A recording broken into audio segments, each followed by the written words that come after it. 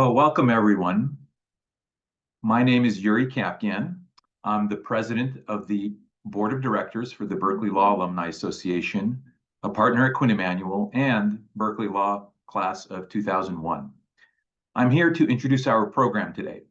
But before I do that, I want to invite you all to help support the growth of programming for our alumni community. We've established great regional chapters in our largest alumni regions of the country, and we want to deputize all of you to really step up with your own ideas about events you'd like to see or host in your community, or how you'd otherwise like to bring your community together, no matter where you are. David Smith is the driving force at Berkeley Alumni Relations Office for this. And as he would be the first to say, it still takes a village. David can be reached at davidsmith@berkeley.edu. Again, davidsmith@berkeley.edu, and he hopes to hear from you about how you might be able to help and participate in these regional alumni chapters. So to our program today, entitled Finding True Career Fulfillment. Your host is Celina Lee, class of 2006, and she's the founder of Live Your Dream Club and host of its podcast. Celina started her career as an investment banker at Merrill Lynch and worked as a corporate lawyer at a law firm, Ropes and Gray, in New York City, where she currently resides. Celina received her undergraduate degree from MIT, and she's a certified professional coach and is a graduate of the Institute for Professional Excellence in Coaching. We're very lucky to have her with us today. We're going to save time at the end for Q&A. So if you have any questions during the course of the talk, of course, please place them in the chat and we'll try to get to them at the end.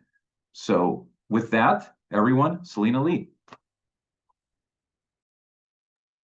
Hi, everyone. Thank you so much for being here. I'm so excited that you're here and spending your evenings with me. Before I forget, let me just share my screen.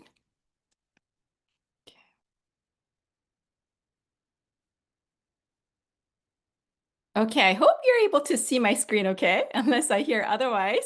Okay, I'm gonna just try to open chat and see. Okay, got it. All right.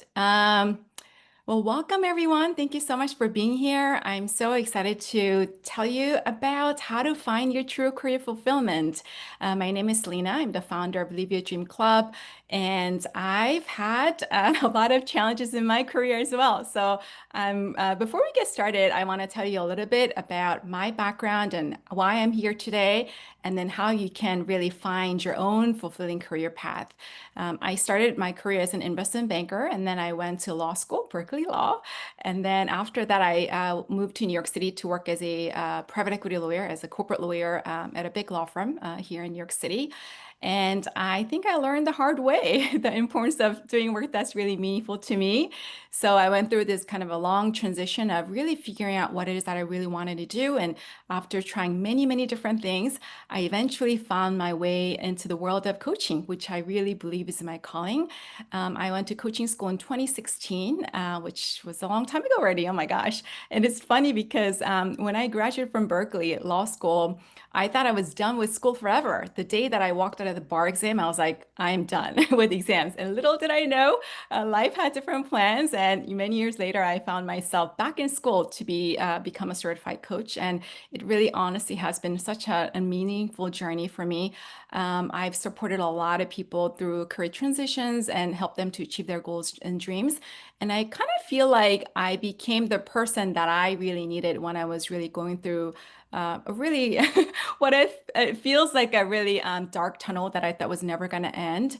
You know how when I don't know if you resonate with my story, but when I was growing up, I think I got this message that as long as I work really hard to go to this best school that I can and get the best job, somehow I would be guaranteed a lifetime of success and happiness. So I put my head down and worked really hard, and I got into all these schools and got jobs. And I think it's when I was working as a corporate lawyer at a big law firm that I started to really think about my next step. And my obviously next step was, continuing to move up the ladder at the law firm. It really wasn't exciting to me. For me, it wasn't that meaningful because as a private equity lawyer, my job was to review contracts to help rich people become even richer. And that did not find, I did not find it to be very meaningful. And I was looking at my boss and, who's been doing the same thing for 20, 30 years. And I was like, my gosh, if I'm in my 60s and this is all I did with my time, I feel like, I would be kind of sad about how I spend my time. And that's when my journey started in terms of like, okay, well, what do I really want to do with my life?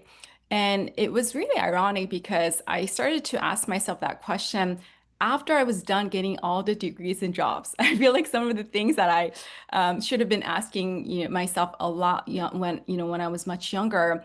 How come nobody told me that, I really need to think about these important questions in my life? But honestly, I was so focused on short-term goals, getting the best job that I can, getting to the best goal, that I really never had the time to learn about myself, which we'll talk about today.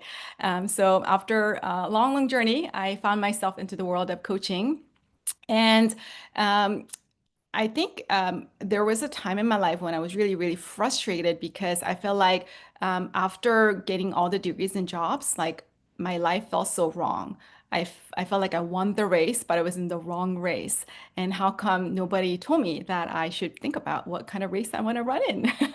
And, I was so desperate. So I tried a lot of different things. I wrote and published a book about people who pursue their dreams. I started a community to help people pursue their dreams. I became a speaker, so I started to speak a lot. And then there was also a time in my life when I felt really frustrated because I felt like my resume was honestly all over the place. And how come I couldn't just like find this one thing? And I thought about, even though I've tried a lot of different things that seem to be unrelated to each other, out of all the things that brought me real joy, and I found it to be really meaningful, had common themes, and that was people and stories. So that's when I launched my podcast. Some of you may have checked it out. It's called Live Your Dream with Celina Lee. And I interview a lot of people through interesting career transitions and learn about the lessons they learned in their own journey in career and life. I also share my stories too. If you want to check out one episode, this is actually one of the most popular episodes called How to Make Yourself Happy. It's actually an interview, a conversation with a really successful, famous lawyer.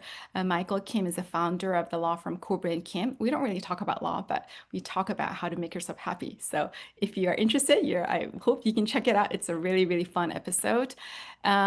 Everything that I will be sharing today, including some of the podcasts that I will mention, I put together in one link. So if you take your phone and then scan this code, it will take you right to the site where it will list all the resources that I'm going to be mentioning, so you don't have to take notes. You can just pay attention to what we're talking about.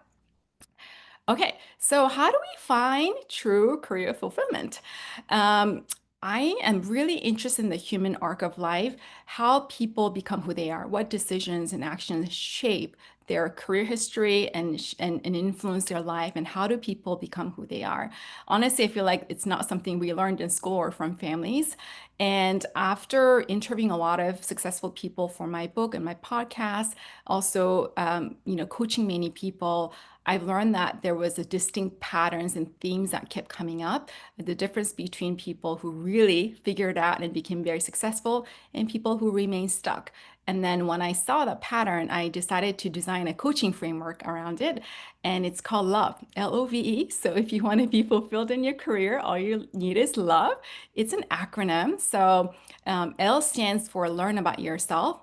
O stands for overcome internal obstacles. V stands for visualize your success, and E stands for explore and take action. And we're going to I'm going to give you an overview of the love framework today. So the first step is learn about yourself. Gaining self-awareness and knowing our values are the first step towards doing work that is aligned with who we are. I've thought it was really interesting because as I started my journey as a coach, I'm kind of in a unique situation where people tell me things that they haven't even told their closest friends or their family members. And so I got to really learn a lot about the unique human journey, like why some people are so unhappy even after achieving all of their goals. And these are really hardworking people who put in a lot of effort to achieve their goals, really good people who do good work. And then so many people seem to be unhappy. And then I've learned that it's because they made a decision that was not right for them. It's not like a bad decision, but they choose a job or a career that was not right for them. They get into relationships. They choose a partner that was not right for them, and also other small or big decisions that was not right for them. So I started to wonder, like, why is it that so many people make a wrong decision for themselves? And I've learned that it's because they haven't taken the time to learn about themselves and then to learn about their values. So if you don't really know who you are and what you want and what your values are, you don't have any kind of a guideline in terms of like what would be a good decision for you. So you start to kind of choose randomly or listen to other people about what kind of job you should have or what kind of person you should marry, and then and chances are, that might not be the best decision for you. So that's when I decided, when I discovered that like really learning about yourself is the most important first step of our life. And how come nobody teaches us that? Like when I remember when we're in law school, we learned a lot about, how to be a good lawyer. And then, when we're going to college, we have to take the SATs, and there's all these things that we have to, do to do well in a career. But I feel like the most important thing we need to learn is to learn about ourselves. And nobody taught me that. And I felt like I'm the classic example of the person who didn't really know what she wanted. So even after achieving all the goals I thought I, would make me happy. And I felt very unfulfilled. So how do we learn about ourselves? It's through paying attention to your emotions. So this is a question that you can ask yourself. How did my feelings today help me to learn more about myself? What did my emotions, both positive and negative, tell me about what is important to me? From now on, I want you to treat your emotion as a clue. It's an information. So I know that a lot of us are afraid of our emotions, or we suppress them, or we judge them. From now on, I want you to become a curious observer of your emotion. Create some distance between yourself and your emotions, as if you're like a third party observer and watching your emotions. And maybe, let's say if you're in a movie theater, you're in the audience, and in the screen, there's a movie of your inner experience. You're just kind of carefully observing it. And then you'll start to notice, oh, I'm a person when XYZ situation happens, I'm really unhappy. Oh, when ABC situation happens, I'm really happy. So you'll start to notice, what makes you happy, what makes you unhappy when you're really upset. And this is how you're going to learn about yourself, because we're all unique, everyone's different. And then I think a lot of times people really get into situations that is not right for them because we confuse what we want with what we think we should want. And and I'm sure a lot of you might resonate with this. There's a lot of societal programming that gets in the way of really being honest about what we want and to have the courage to go after what we want. So the first step is to pay attention to your emotion and use it as a clue to learn about yourself. This is really important because this is also related to our values. Values are what makes our life meaningful and interesting and fulfilling. These are your inner compass, your inner navigation. This is your North Star.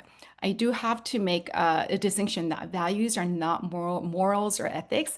When you live your values, it doesn't mean you're doing the right thing or you're doing what you should be doing.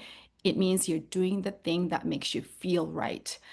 When you're honoring your core values, you're going to feel very happy and incredibly, satisfied and fulfilled.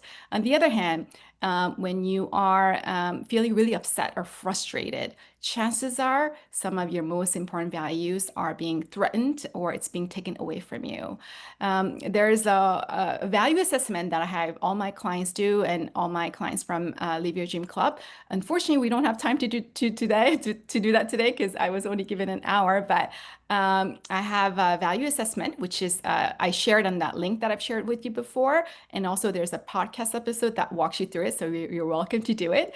And I've learned that by paying attention to my emotions and also doing the value assessment, that one of my core values is freedom and meaningful work and helping people. And when I was working as a corporate lawyer at a big law firm in New York City, I was really unhappy, even though I've achieved all the goals. So it was honestly very confusing because if you're unhappy because you didn't achieve your goals, okay, yeah, so maybe work harder to achieve your goals and maybe you'll be happy, right? But then I've achieved all my goals I thought I wanted in my life, and then I was so unhappy. So it was incredibly confusing.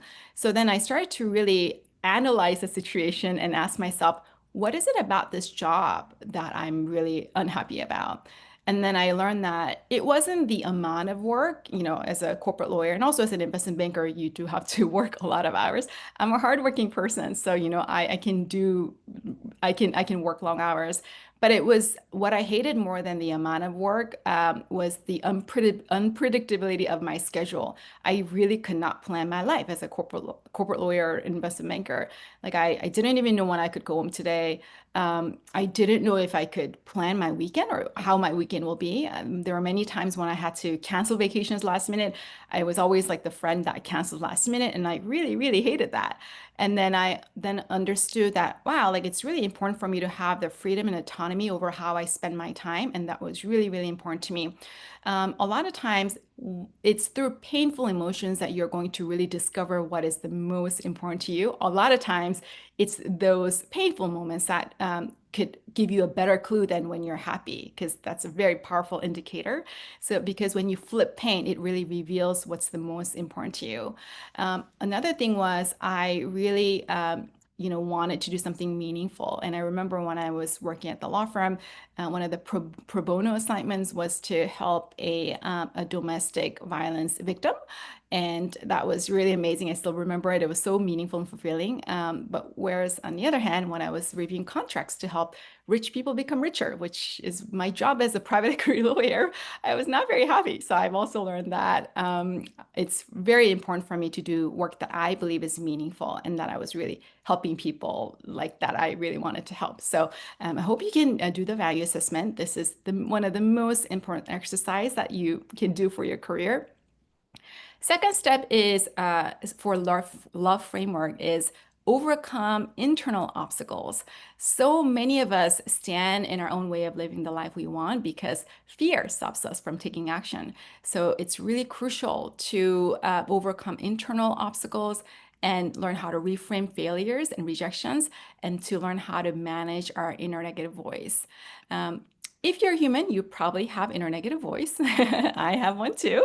It's that voice that says, you're not good enough. Who do you think you are? It's never going to happen for you. And chances are, you spend a lot of time with this inner negative voice. It's not all bad. Inner negative voice, I think at its core, its job is to protect us. And I think it actually has to do with survival. So many, many years ago, when our ancestors lived in a tribe, the people who had the loudest inner negative voice probably had a better chance to live and to pass down their DNA onto us because if you're like, oh, everything's gonna be fine, don't worry about it, maybe we've been eaten by lions or tigers, right? But if you're worried, like, oh my God, what if there's an intruder tonight, or what if lions come and eat us tonight? Maybe that inner negative voice will make you worry, and then will come up with some ideas as to protect your tribe. So maybe you'll build fences, or people will rotate and protect the tribe at night and things like that, right?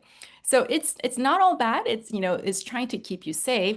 But a lot of times it's actually not helpful because it gets the context wrong, where we no longer live in a world where, our daily existence is threatened every single day. But a lot of times our inner negative voice comes up when we're applying for jobs or, going after our goals and dreams. So it is helpful to make sure that it is not stopping you from taking action towards your goals and dreams. And one good way to do that is to name it and then to give it a character. Kind of like naming your pet. I'm sure some of you have dogs or cats or some other pet. And like you name your pet, you name your inner negative voice. So mine is called Shrek. I don't know. I just think Shrek is a funny looking character. So whenever I hear my own inner negative voice, it helps me to not take it so seriously. So even though I'm a trained coach, I do have inner negative voice because I'm a human, right? And then I'll say, oh, like, who do you think you are? It's never going to happen. People laugh at you. And then I can literally talk to Shrek. Like, Shrek, I know you're here. I know you're trying to keep me safe, but you're really not helping because I'm about to give a big presentation. So, why don't you go away? And then Shrek will go away. It will come back. But so basically, you can kind of know that this inner negative voice is part of you, but not all of you. And how much power you give to it is entirely up to you. So one of your assignment is to, think about your inner negative voice and then to give it a name or to, create a visual. Anybody watch this movie, Inside Out 2? Oh my God, I loved it so much. I remember the movie was about anxiety, and gosh, I wish this movie was out when I was a student because I was a very anxious kid. I was a very anxious student, especially at Berkeley Law. My 1L year, oh my God, when I think about my time at Berkeley, I just feel so sad for myself because I remember I had left finance, investment banking to go to law school. And then when I started law school, I saw my colleagues at investment bank like rise up through the ranks and people got promoted and all these things. And I wanted to convince myself I made the right decision by leaving and then, going to law school. And so like I had to, like this had to work out.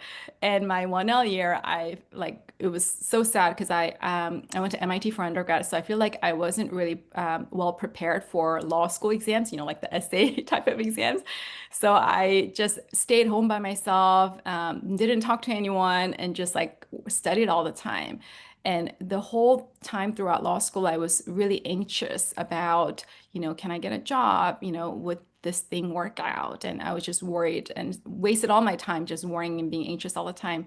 After I left law school and then started, working as a lawyer in New York City, I went back to Berkeley and I was so shocked to notice how incredibly beautiful Berkeley campus was. I had no idea because I wasted my whole time worrying. So it's one of my biggest regret in my life. And then I've learned that, to trust myself to know that things will work out. So yes, I have a lot of anxiety, but it's helpful to know that like, are you gonna give your anxiety, who has access to the control panel? And I remember at the end of the movie, it says, I was just trying to help. Yes, I think that's what a lot of our, what we think is seemingly negative emotion does. But then you have the power to really manage it in a way that is helpful for you. Okay, so I want you to think about an idea that excites you. So I'll give you like 1 second to think about it. Like, it doesn't have to be a huge dream. It could just be a side project, whatever you think, oh my God, if this thing could happen, it would be so amazing, right? So I hope you can at least think of something. So for me, it was writing a book. It was, I wanted to write a book ever since I was like a little girl. It was my childhood dream. I thought it would be so fun to have one book with my name on it. And when I was kind of struggling in my career path and I didn't really know what I wanted to do next, this is when I was working as a lawyer, I thought it'd be so fun to write a book and get it published. And the idea was interview successful people who seem to have figured it out, who seem to have, really fulfilling and meaningful life and fulfilling career. How did they know that's what they want to do with their life? I wanted to interview successful people about their career journey. So that was an idea. But then as soon as I thought of the idea, all these unhelpful thoughts started to attack me. What if I get rejected? What if they start to say no, right? Chances are you might be doing it to your idea too. So if you think about it, in the beginning, it was just a fun idea. It was a great idea, right? Like, oh, wouldn't it be fun if I can do X, Y, Z, make this happen? And then as soon as you think of that, these unhelpful thoughts will start to come and attack it. It's never going to happen. What if you get rejected? What if you do a terrible job? And then what happens is that you feel bad about yourself and bad about the idea. And then, what's the point? So, you wouldn't take any action, right? Because you're feeling bad about it. And then what happens next? There's no book. You don't become an author. So this is how the pattern goes. So your thoughts affect your feelings affect your actions, and it literally creates your realities and future. So this is really important for you to think about. So even if with no effort, we're gonna automatically think, what if it doesn't work out? Like just your versions of Shrek, your inner negative voice will get you there, no problem. So you owe it to yourself and to your dream to also think about what if it does work out? What if you do write the book and get it published and it's read by lots and lots of people and it changes your life? How amazing would that be? And that's what happened to me. So you owe it to yourself to think about the best case scenario, not just the worst case scenario. So let's flip this. So instead of thinking, oh, what if it doesn't work out? What if it does work out? What if, I write it and then it gets published and people read it? And how amazing would that be? Then when you're thinking of these thoughts that are helpful to you, it's going to generate a lot of positive emotions. So you're going to feel good. And then you're going to be so excited to make it happen. So you're going to start to take action, and then one day you might get your book published. And that's what happened to me. So this is a very important pattern and framework that I want you to remember. There's always a thought behind an emotion. So whether you think you're feeling good or bad, you want to pause and be like, oh, what was I thinking about? And so what you want to ask yourself is my thought helping me or hurting me? I actually think about this often throughout the day. I'm not saying like positive thoughts or negative thoughts. I don't think that's as helpful, but whatever your goals and dreams are. So let's say if you are going through a career transition, you want to get a job, but then you're like, well, last time I applied, I got rejected. So what's the point of applying? Well, is that thought helping you to achieve your goal of getting a job? Probably not, right? Because it wouldn't help you to, take action. And if you don't take any action, nothing's going to happen. So you want to make sure that your thoughts are always aligned with your goals and it is helping you instead of hurting you. Rejection, oh my God, it's a big topic. This is a huge reason why people are living their fears and not living their dreams. And I think it makes sense, as a human, we're really afraid of rejections. I also think that has to do with our survival too. So, thousands of years ago, when our ancestors lived in a tribe, because humans are by nature very weak creatures, we're not like strong like lions. We needed each other to survive. Like if your tribe rejected you, they didn't like you, they didn't want you, you had no chances to survive. So we were programmed to care a lot about what other people thought of us, what they think of us, that they would accept us and approve of us. And I think this is why we are so afraid of rejections, because the ones who are the most afraid of rejections, it's a survival mechanism. And then they're the ones who survived and they passed down their DNA onto us. So while it makes sense, it's also not helpful because a lot of times when we're going after our goals and dreams and, if you want new opportunities in your life, you do have to take action, and chances are, you might have to face some rejections. I learned this when I was writing my book. So my book was an interview book. So I wanted to interview people who are very successful and, shared their stories. Because it was not fiction, I needed people to say yes to my interview request before I could write anything. And when I reached out to all these people, like a lot of times I didn't even hear back. And so many times a lot of people said no. And I think trying to write this book, I got more rejections than I've ever gotten my whole entire life until that point in my life. And honestly, in the beginning, it was really hurtful. And I started to really feel bad about myself and bad about my idea. And then one day I thought about, why am I getting rejected here? And then I was like, oh, well, it's because I'm trying to take action towards my goal and my dream of writing a book, which was my childhood dream, right? And that's the only reason why I'm getting rejected. Because if I wasn't trying to do that, like nobody has any reason to reject me. So if you actually think about it, the rejection is the evidence of you taking action and then towards your goals and dreams, and that you're getting one step closer to making it happen. So when I reframed it like that, it was actually really liberating. And I no longer got so hurt.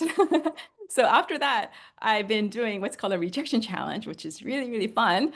And basically, I challenge myself to get rejected a lot. So I will apply for things, I'll reach out to people. And yes, sure, a lot of times, I don't hear back or I get a no. But I've learned that when there's enough actions, statistically, you're going to get a lot of no's, but some of those will be a yes. It just has to happen like that. Trust me. And with those yeses, you go write a book or start a podcast or do whatever you want. And I've learned that you actually don't need that many yeses to change the course of your life. And sometimes it takes just one yes to change your life. But in order to get to that yes, you need to go through a lot of no's. And so this is something that I train a lot of all my clients. This is actually an ongoing assignment for all my one-on-one clients and also all the members of Live Your Dream Club. In the Live Your Dream Club, it's actually really fun. I have people go through these rejection challenges and then share it in our community.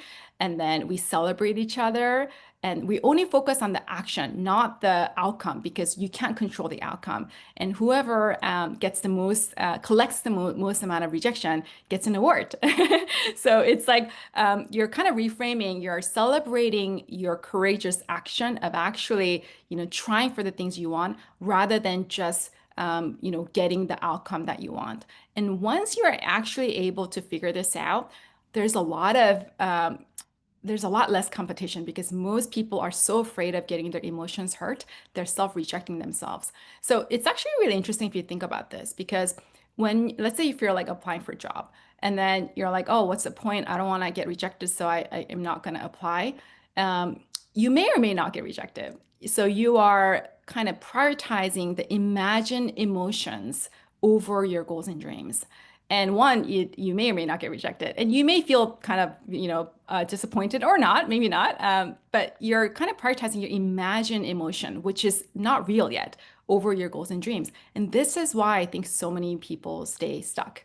And so, what I would love for you to do is to think about yourself as this, I'm a person who does rejection challenge. And then it's actually going to be really, really fun. You're going to get a lot of opportunities. People will say, Celina, you do so many things. I'm like, honestly, I'm not special. I just do a lot of rejection challenges. And I've gotten to a point where, I try for a lot of different things. And then if I hear a no, of course I'm disappointed, but maybe for like 5 minutes. And then 5 minutes later, I've already moved on to the next rejection challenge. And then that's when I'm really proud of myself. I've got to a point where I am so proud of myself, not for getting the outcome. Of course, that's cool too, but for being this person who's not afraid of, putting myself out there and going for the things that I want, and know that I, have courage and that I'm resilient. And then I think that's how I was able to do a lot of things in my life. So I hope you can try this. So fun. I have a whole podcast about episode about all the rejections I got while trying to write my book and get it published. It's one of the most popular episodes. I think people just feel better about themselves, about all the rejections they got when they hear my own rejection stories. So you're welcome to check it out. It's called How to Turn No into Yes. I want you to think about what would the most brave, courageous, and wise version of you do in a certain situation. So because we're human, we have a wide range of emotions about situations, about our life, and about ourselves too. So sometimes you're going to feel like a loser and like you can't really do anything and like it's like the worst thing, like I like really hate myself. And sometimes you feel good about yourself. You're like, oh, okay, well, that was really cool that I did that. I'm proud of myself. I hope you have those moments too. And that's the most brave and courageous and wise version of you. And I want you to kind of think about that. That is your inner hero. And when you are in a difficult situation, you have to make a very difficult decision, or you're up against some challenge, or you have to have a very tough conversation. What would the most brave and courageous version of you do? This is your inner hero, and you can also name him or her, or give it a character. So mine is called Judy. It's from the movie Zootopia. Anybody seen it? It's one of my favorite movies. It's a story of a little rabbit who goes after her childhood dream and achieves it against all her odds. And a lot of my friends told me that there's a little rabbit like me, and so yeah, it's such an inspiring movie. And so I think about when I'm going through a tough time or have to make a difficult decision, I think about what would Judy do over Shrek. And, even when I'm feeling like kind of scared or I have fear, when I'm like trying to do something, then I think about what would Judy do? What would she do? So that way you're able to tap into the place of strength, and then you're working from a, place of courage and strength rather than fear. And that's how you could change your life too. So this is one of your assignment. I want you to think about the name for your inner negative voice and also inner hero. And think about this. How would you encourage a dear friend going through a very challenging time? And let's encourage ourselves in the same way. We have no problem being supportive and kind to other people, the people that we care about, but oftentimes we are the most cruel to ourselves. So whenever you're going through a tough time, I want you to talk to yourself as if you're talking to your best friend, and then encourage yourself from the place of strength, from your inner hero, not your inner negative voice. Okay, so third step for love framework is visualize your success. Visualizing yourself having achieved your dream will help you to stay motivated, focused, and lead you to take action towards making your dream a reality. When I first heard about visualization, honestly, I was a little bit skeptical. I went to an engineering undergrad. I went to MIT, so I'm like, oh, I'm an analytical person, so um, I don't like these woo-woo things. So I was honestly really skeptical. But then because I'm a nerd, I did a lot of research about it, and then I found out there's a lot of science that back it up. So, for example, in sports psychology, it's called mental imagery training.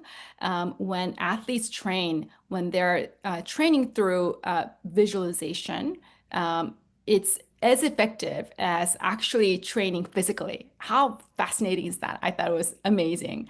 So I just decided to put this into practice. So when I was writing my book, well, I had the idea for writing a book. Everybody thought I was crazy. I thought people thought I was delusional because I wanted to write it in Korean. I was born in LA and then I moved to Korea when I was 3 years old. And then I went to an elementary school in Korea. And then our family moved back to Southern California when I was in middle school. So my education in Korea stopped at a sixth grade. And then here I was, I wanted to see if I could write and publish a book in Korean. And my mom thought I was crazy. She was like, it's never going to happen for you. Who do you think you are? And only successful and famous people write books. And honestly, it was really hurtful at the time. So when I learned about visualization, I decided that I'm going to do this every night in my bed. I'm a night owl, so I tend to go to bed late. And this is when Shrek is the loudest. Oh my God, like it's the worst. It'll, make me think about all the things that could go wrong. So like the anxiety about the future or the regrets I have about the past. So it's not a very fun time for me. Not always, but sometimes Shrek can be really loud. So I decided that I'm going to just think about myself having achieved my dream and visualize it. So I thought about my book, which wasn't even written yet. It didn't even have a title, so I didn't know what it would look like. But I just thought about this image of my book, prominently displayed in some big bookstore in Korea, and just see if I could, do it. I thought that would be really fun. I also imagined myself becoming a speaker. At the time, nobody invited me to speak about anything because I hadn't done done much with my life. And I thought one day I'm gonna write this book, and even though people thought I was crazy and it was never gonna happen, I'm gonna, one day get it published and then speak about my experience of achieving my childhood dream of writing a book, and like how fun would that be? And this is the day my book actually got delivered to me. The day, like the first time I got to hold my book, which was amazing. It's called 꿈을 이뤄드립니다. Got in published in Korea. I think the best translation would be Live Your Dream. So it's the stories of people who achieve their dreams, and actually a new updated version will be republished at the end of the year in Korea. So really looking forward to that. And when my book got published, my mom, who was very against this idea, started to brag to her friends. She's like, "Oh my God, look at my daughter who, published this book." And I told her, "You don't even have any bragging rights. You are not supportive of my dream." And then I got really curious and I asked her, "Why were you so against it?" And for the first time in her life, she actually apologized to me. You know how moms don't really like to apologize. And she said, "I'm sorry, I was wrong. I really didn't think you could do it. So I was trying to protect you from getting hurt." Huh. That's when I learned that parents actually don't want the best for us because they actually don't know what is best for us. And their role as a parent is to protect us from getting hurt. So, from their point of view, if the road we're about to embark on has a high rate of failure, they're going to do whatever it takes to stop us. So I'm really glad I didn't listen to my mom because we wouldn't be here right now. I wouldn't be here talking to you and sharing with you the story. And I've learned that when someone says you can't do something, they're kind of like projecting their own insecurities onto us. So they're saying, if I were you, I couldn't do that. But they're not us, and we don't even know what we're capable until we actually give it a try. So I hope you will give yourself permission to do whatever it is that you want to do. This is a picture of when I got invited to speak in Alaska to talk about my childhood dream, how I was able to achieve it. So yes, that visualization also became a reality too. You know, for the past 10, 15 years, I've been invited to speak at a lot of amazing stages around the world. So this just goes to show you that visualization can be really powerful. Last tip of the love framework is explore and take action. It's only through action that our lives will change. We need to explore our curiosities and set goals that are aligned with our values, and then take steps and action towards the career and life that gives us joy and meaning. Action is one of the most important steps because if you don't do anything, nothing's going to happen. Here are some of the ideas I want to share with you about this step. First, follow your curiosities, not your passion. When I was really stuck in my career, back when I was practicing law and I didn't really know what I wanted to do with my life, I was really desperate. So I would, go to a lot of talks and read a lot of books about the topic, and virtually everybody told me to follow my passion.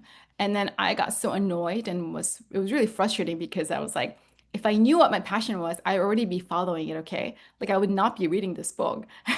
So it was not helpful. So instead, I think what's helpful is to follow your curiosities. Curiosity is like a little whisper. It's not like burning, like screaming, oh my God, this is what you're supposed to do with your life.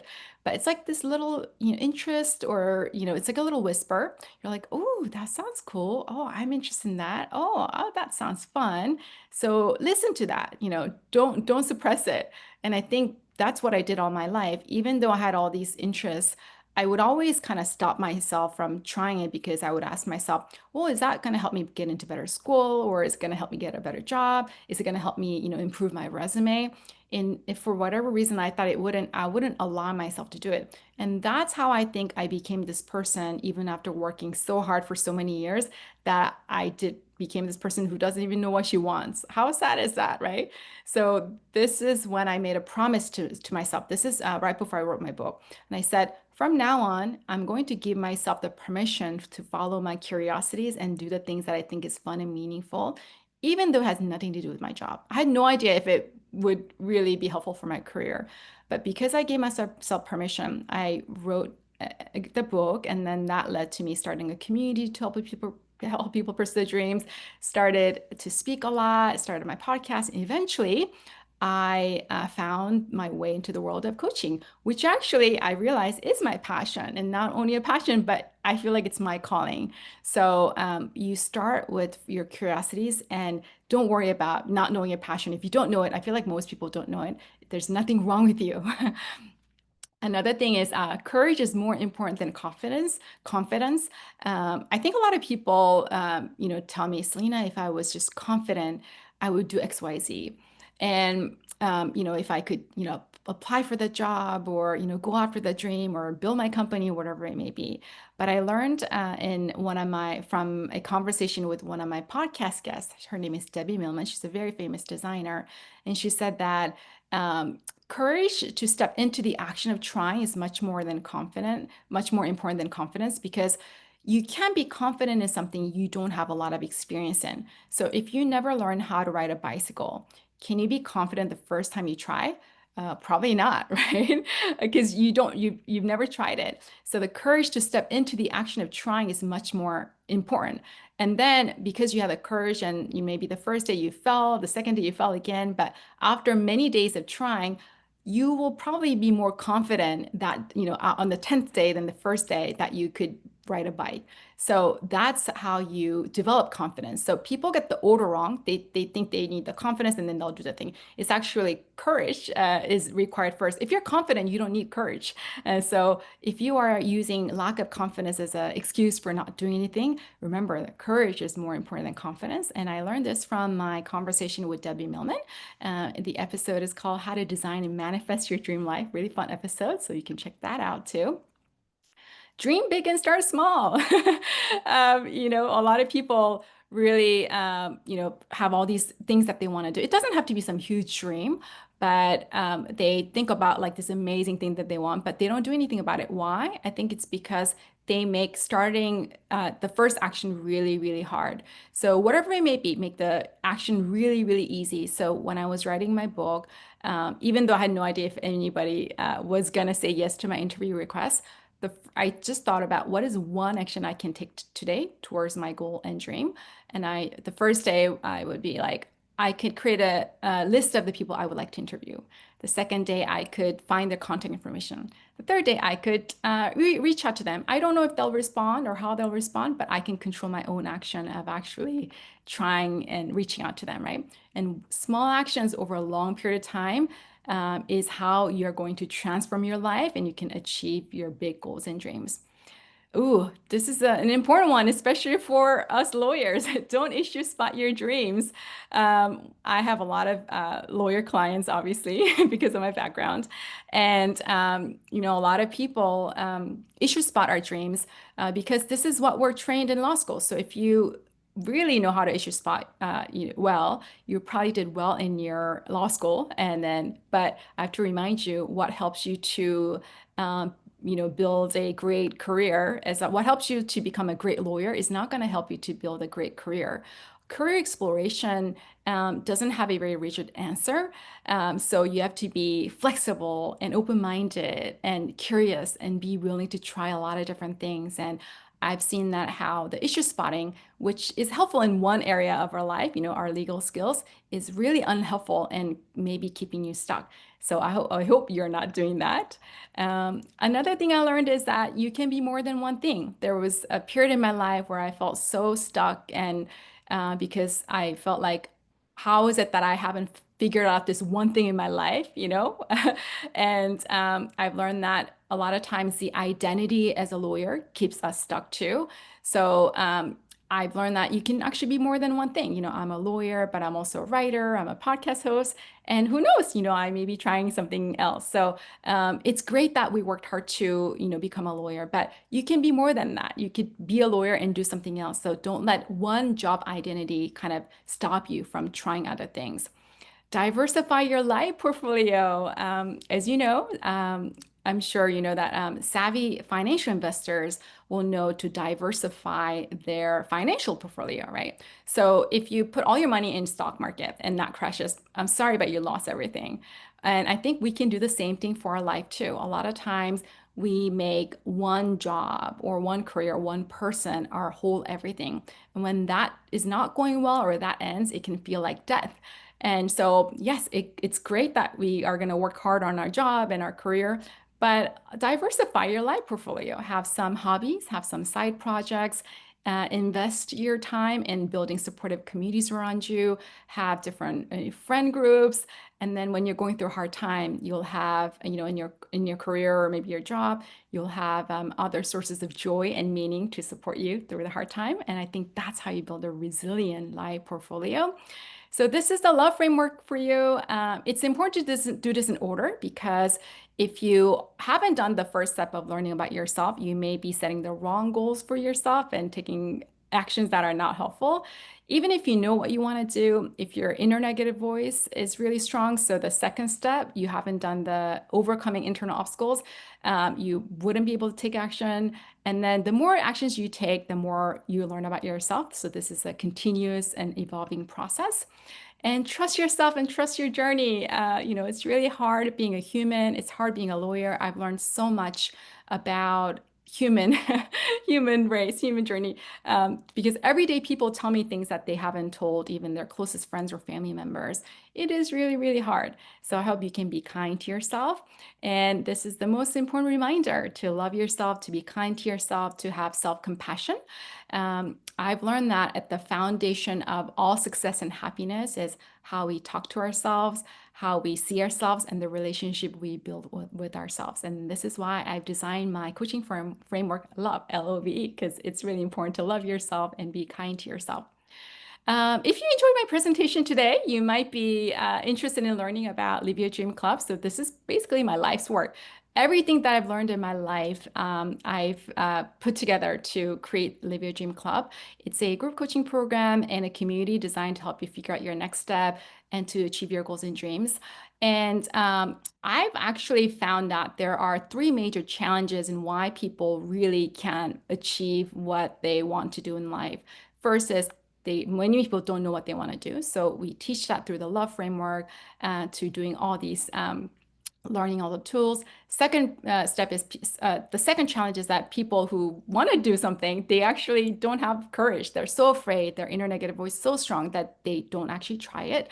So that's so we do rejection challenges together. We have a whole community that supports you.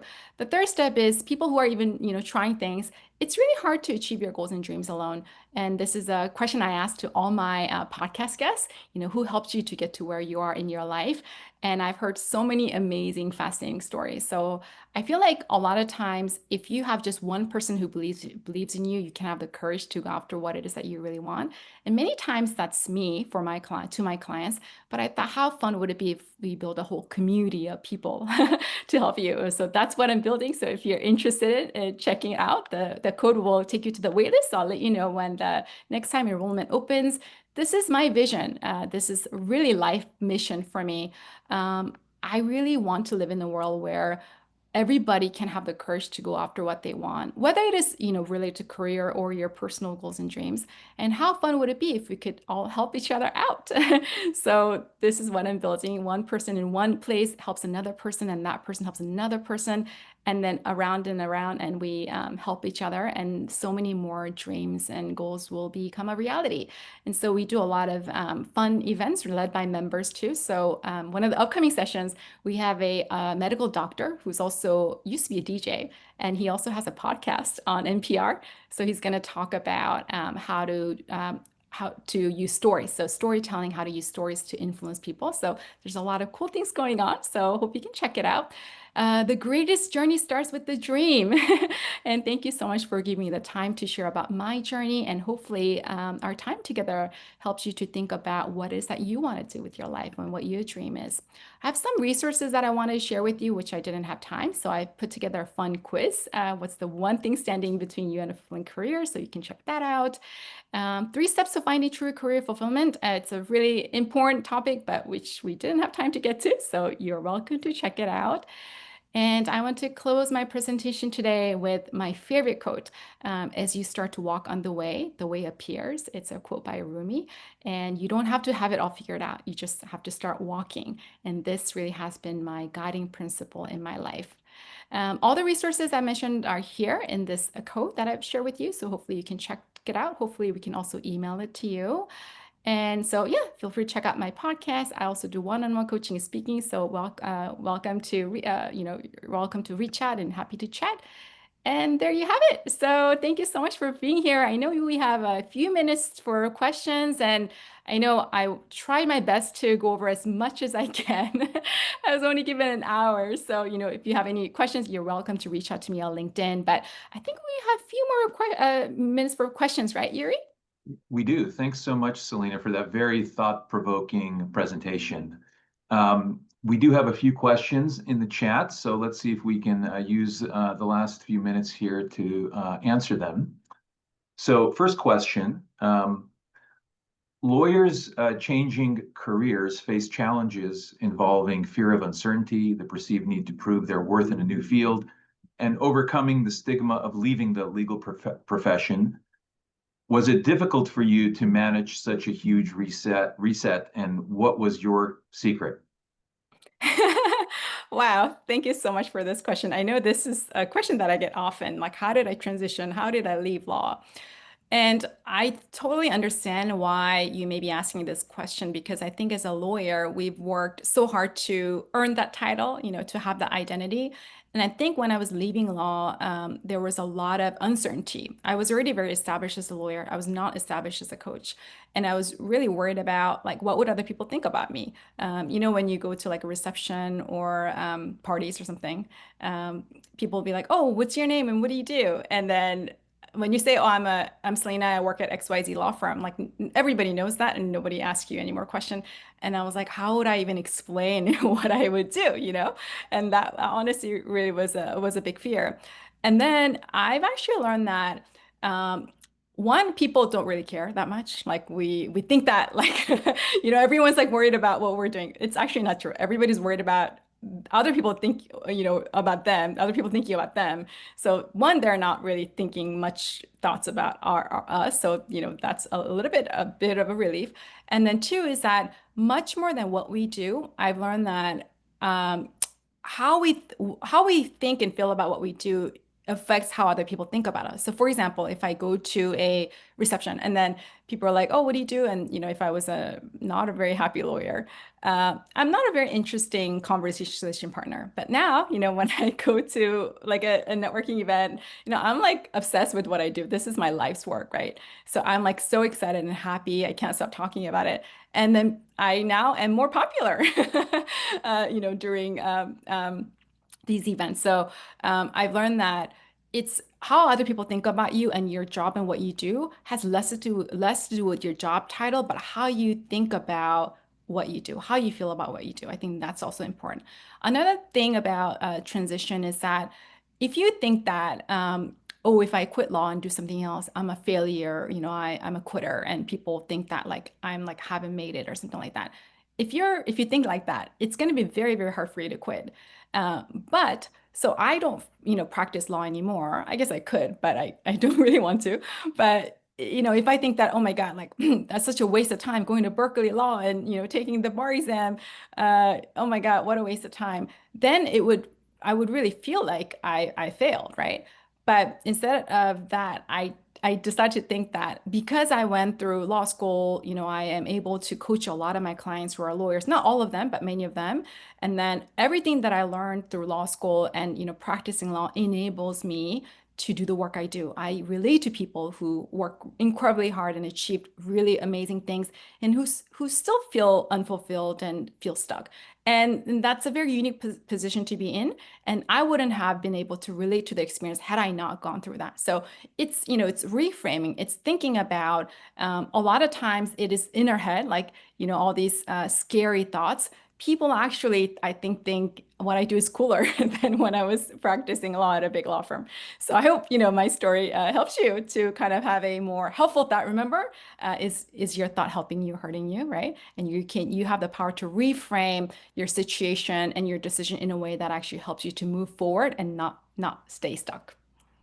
And Celina, I think you may have at least partially answered the next question, but I'm going to ask it anyway, which was, from your perspective, what are the merits of being a law school graduate after one pursues the non-legal path or career? You mean doing the non-legal path first and then going to law school? The opposite. So you went to law school, it sounds like you went to law school, Yeah. and so how did that help, or what are the merits of that, given that you've now transitioned into a non-legal career? Yeah, so I think that law school, and legal education or being a lawyer actually opens up so many possibilities. It's actually amazing preparation for many, many different career paths. Um, For me, one is I can relate to a lot of the struggles of lawyers who are going through a tough time in their career journey, so I get to support them. And I think even when I wrote my book and got it published, it's a very solitary experience of like having to write your book. The training I went through in law school of just like sitting on your butt for like 10 hours and getting the work done, doing the hard work, just showing up for the goal that you've told yourself that you're going to pursue and getting it done. I think that was an amazing preparation when I wrote and published my book, and just the hard work. And that I think is an amazing preparation. And, being a good writer, being able to communicate your thoughts, well verbally and also in written form, I think that's an incredible preparation. And honestly, I know this sounds it sounds kind of funny too, but when you say, even if you're not practicing law anymore, when you say you went to law school and then you went to school like Berkeley, a good law school like Berkeley, people will just automatically assume that you're kind of smart. And this actually is one of the benefit, even when you're not practicing law anymore. So, like, there's that assumption that you are smart and you're hardworking, that you are this person who can do hard things. So I think when it stays with you forever, even if you don't practice law anymore, all that you've done, up until this point of going to law school and, taking the bar exam and practicing law, that is part of your experience. And you bring your whole self to the table for your next career path. And when I was training to become a coach, that's why my coaching instructor told me that, Celina, you are, when I was a newbie coach, when I was just getting started, I had a lot of imposter syndrome. I was like, oh my God, how can I coach people? I just graduated from the coaching school, right? And he said that you're bringing your whole self to this new, chapter of your life, and all that you've done before is not wasted. It is still part of you. So I think there's a lot of, things that you'll carry through to your next chapter of your life, whether you practice law or not. And it's really like how you think. If you think that it was a complete waste of time, yes, it will be. But if you think that everything that I've done before has enabled me to do what I do now, and then that's how it will be, and that's how people will see you. Celina, there are a lot of good questions here, actually, and I'm going to take the prerogative to go a few minutes over if you'll indulge us. Sure. Happy to. Um, Next question is, um, can you talk through strategies for dealing with the financial challenges of leaving a stable career for a less certain one? Yeah, this is a thing that comes up often in coaching sessions. Of course, we do have to worry about financial security because that's how we pay the bills and, have a place to sleep and eat and things like that. I had a lot of fear around financial security too because I live in New York City. I live in Manhattan and Chelsea. When I was leaving law, I had actually bought my condo and had mortgage to pay. I signed contract, right? So I had this big fear that, oh my God, what if I can't pay my bills? And I also didn't want to leave New York. I didn't want to change my life that much. So I think it was really scary. But then the way that I thought about was, I think a lot of times people inflate financial fear. So like it's actually helpful to think about like how much do you really need to survive and to do the things that you want to do. And then I think a lot of times it's not like genuinely you might go bankrupt, but people just have this kind of abstract number of like, oh my God, I need like $1 zillion to to do whatever. Or it might be keeping up with the Jones, like, oh, so and so makes so much money, what. So is it real fear? I think you have to really assess like how much money do you need to actually do the things you want to do? And it's different for everyone. So for me, I saved up some. And then I also thought about it this way. So being a lawyer is not easy, right? It's not like, oh, I just like kind of hang out and I get, paid a lot. You really have to work a lot. So I thought I am working for someone else and someone else's dream because, as a lawyer, especially at the law firm, I was assisting other people's goals and projects and their dreams. And I thought I'm working so hard for somebody else. If I work just as hard for myself and for my goal and to build my own thing, is there a chance that one day I will be able to be financially secure? And I thought, you know what? There's a decent chance, not right away, but I think I could see the possibility that it might happen. So at that point, whenever I had that fear of like financial fear or, financial insecurity, I let that fear kind of motivate me to take action. I reached out to people. I let people know about, what I'm building and things like that. So I think you have to be really realistic about like how much do you really need, and then to know that it may not be you may be inflating it, and also know that more money doesn't necessarily mean more happiness. I have a lot of clients who are incredibly successful financially, some famous people. It's not always happy. Like I've learned that I've read somewhere that money is kind of like a negative happiness. If you don't have any of it, like it's like health. If you don't have any health or don't have any money, you're going to be very unhappy. But just because you have more, it doesn't mean you're going to be happy. So you have to kind of think about that too. So I hope that's helpful. There's a song, Celina, more money, more problems. So, Yes, um, for some people, that is also true too. I've seen that too, for sure. well, thank you very much, Celina, for that excellent presentation. Really, really appreciate it. For those of you who are on, you'll see in the chat that there's a link to register for the Alumni Reunion Weekend.